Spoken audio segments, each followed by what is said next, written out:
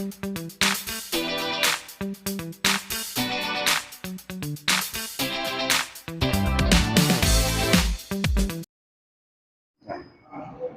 இங்கே பொள்ளாச்சி கன்னியாபரமேஸ்வரி அம்மன் கோயில்.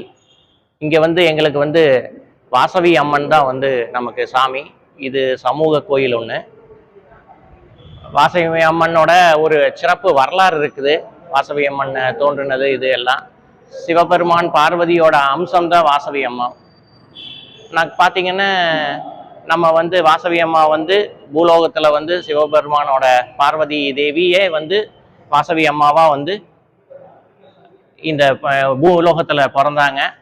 அப்போ நம்ம குசுமஸ்ரேஷ்டி அப்படிங்கிற ராஜாவுக்கு பிறந்தாங்க. அவங்க மிக சிறப்பாக அந்த ராஜா ரொம்ப நல்லவர். இப்போ பார்த்தீங்கன்னா அப்படி இருக்கும்போது அவர் திக்விஜயம் எல்லாம் முடிச்சுட்டு அந்த மேல் அரசர் அவருக்கும் மேலே இருக்கிற அரசர் திக்விஜயம் எல்லாம் முடிச்சுட்டு வர்றாங்க. இது பார்த்தீங்கன்னா இந்த படத்தை பார்த்தீங்கன்னா இந்த நந்தி பகவானுக்கும் பார்வதி தேவி அம்மா யார் அவங்களுக்கும் ஒரு போட்டி நடக்குது, நடன போட்டி நடக்குது. கோபம் ஒவ்வொருத்தருக்கு சபிச்சுக்கிறாங்க. நந்தி தேவியும் நந்தி தேவரும் பார்வதி அம்மையார் சபிச்சுக்கிறாங்க. அதனால ரெண்டு பேரும் பூலோகத்துல பிறக்கிறாங்க. இந்த போட்டோ நம்ம கன்னியாபரமேஸ்வரி அம்மன் தேவியோட ஃபோட்டோ, எங்கள் குல சாமியோட ஃபோட்டோ பூலோகத்தில் அந்த குசுமஸ்ரேஷ்டி அரசருக்கு பிறக்கிற இது.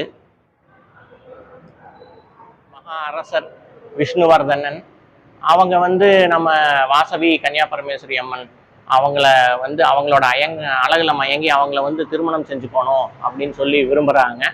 அரசர் திக்விஜயம் செய்கிறாரு, எல்லா நாடுகளுக்கும் போகிறாரு. அப்போதான் இந்த குசுமஸ்ரேஷ்டி அரசனாக இருக்கிற நாட்டுக்கு வர்றாங்க.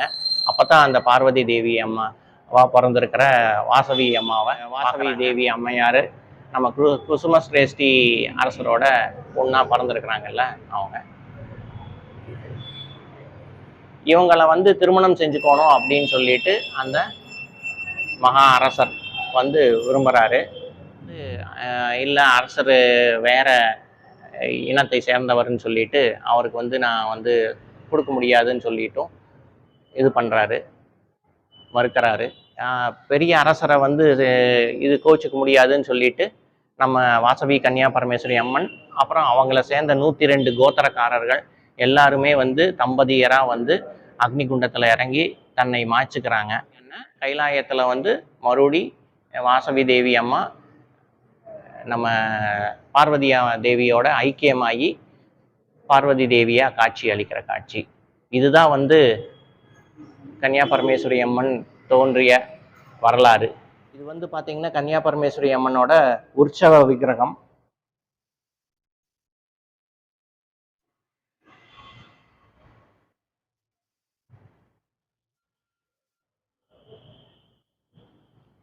ராதாகிருஷ்ணர் சன்னதி. பார்த்தீங்கன்னா விநாயகருக்கும் அப்புறம் முருகருக்கும் தனித்தனி சன்னதிகள் இருக்கு. விநாயகர் பெருமான் சன்னதி இது.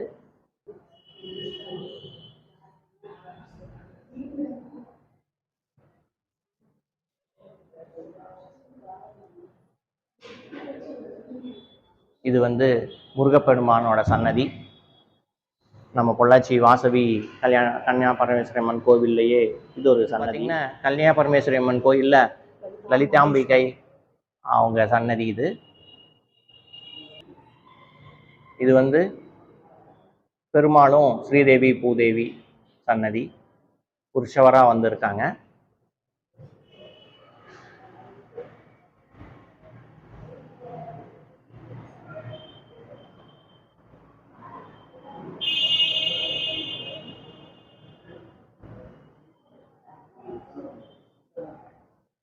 இப்போ கும்பாபிஷேக வேலைகள் எல்லாம் நடந்துட்டு இருக்குது கோயிலில்.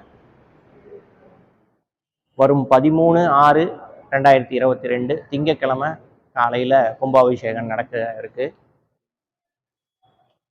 அன்னைக்கு காலையில் இதுக்கு சேர்ந்த ஒரு விநாயகர் கோயில் கடைவீதியில் இருக்குது.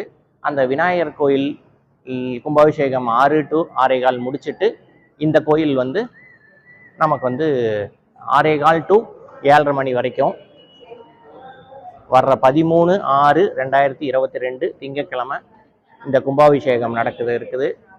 இது வந்து யாகசாலை ஏற்பாடுகள் ஆயிட்டு இருக்குது.